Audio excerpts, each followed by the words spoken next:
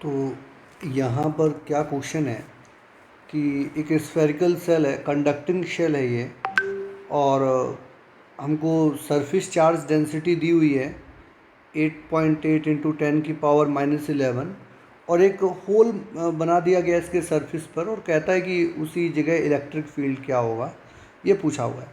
तो इसके लिए कॉन्सेप्ट हमको क्या पता होना चाहिए। एक कॉन्सेप्ट तो हमको ये पता होना चाहिए कि आउटसाइड जो इलेक्ट्रिक फील्ड होता है सरफेस के नियर वो सिग्मा बाई एप्सिलॉन नॉट होता है और अंदर जीरो होता है, क्योंकि ये हॉलो सॉरी कंडक्टिंग शेल है, तो सारा का सारा जो चार्ज है उसके सरफेस पे रहेगा। हालांकि इन्होंने हॉलो स्फीयर दिया हुआ है, शेल दी हुई है, तो अगर कंडक्टिंग में नहीं भी लिखता हूँ तो भी कोई फ़र्क नहीं है, रिजल्ट सेम रहेंगे। नाउ ये सिचुएशन हमको देखनी है कि इमेजिन करो ये वाला पोर्शन हमने रिमूव कर दिया है, ये वाला पोर्शन रिमूव कर दिया है, तो किस तरीके से काम चल रहा होगा कि जैसे ये जो मैंने ये ग्रीन वाला पोर्शन रिमूव किया ये भी अपने आप में एक प्लेट है और जिसकी वजह से इधर इलेक्ट्रिक फील्ड होगा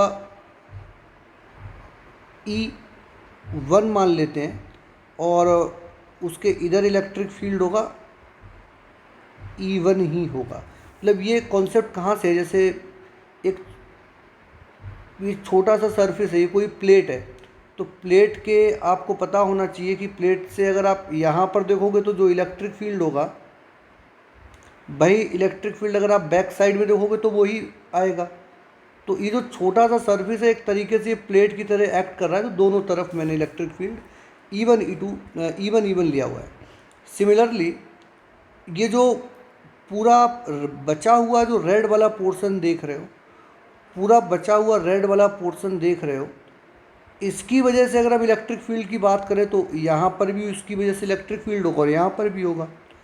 और दोनों ही जो पॉइंट है, जैसे ये जो दोनों ही पॉइंट ए और बी हैं, ये इसके लिए तो ऑन द सेम साइड है, ये बड़े वाले के लिए तो भीतर मान लो इस तरीके से E2 है और सिमिलरली इधर भी E2 आएगा।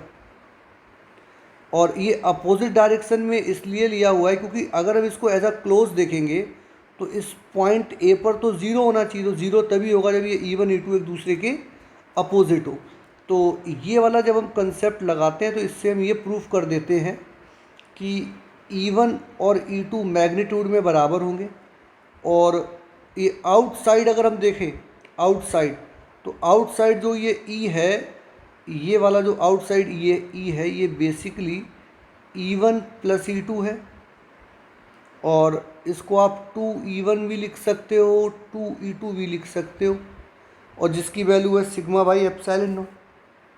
तो यहाँ से आप E1 निकालो या E2 निकालो, दोनों का ही वैल्यू आ जाएगा सिग्मा बाई 2 एप्सिलॉन नॉट।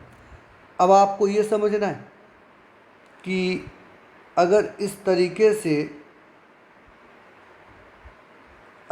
तरीके से ये यहाँ से कोई पोर्शन रिमूव कर दिया जाए तो ये जो कैविटी है, इस कैविटी में जो इलेक्ट्रिक फील्ड होगा वो सिर्फ और सिर्फ E2 होगा, ये इस पोर्शन की वजह से। तो हमारा जो आंसर है वो बेसिकली E2 आएगा, जो कि सिग्मा बाई 2 एप्सिलॉन नॉट है। सिग्मा की वैल्यू हमको दी हुई है 8.8 इंटू 10⁻⁻11, 2 अपनी जगह है। एप्सिलॉन नॉट की वैल्यू भी 8.8 इंटू 10⁻12 दी हुई है।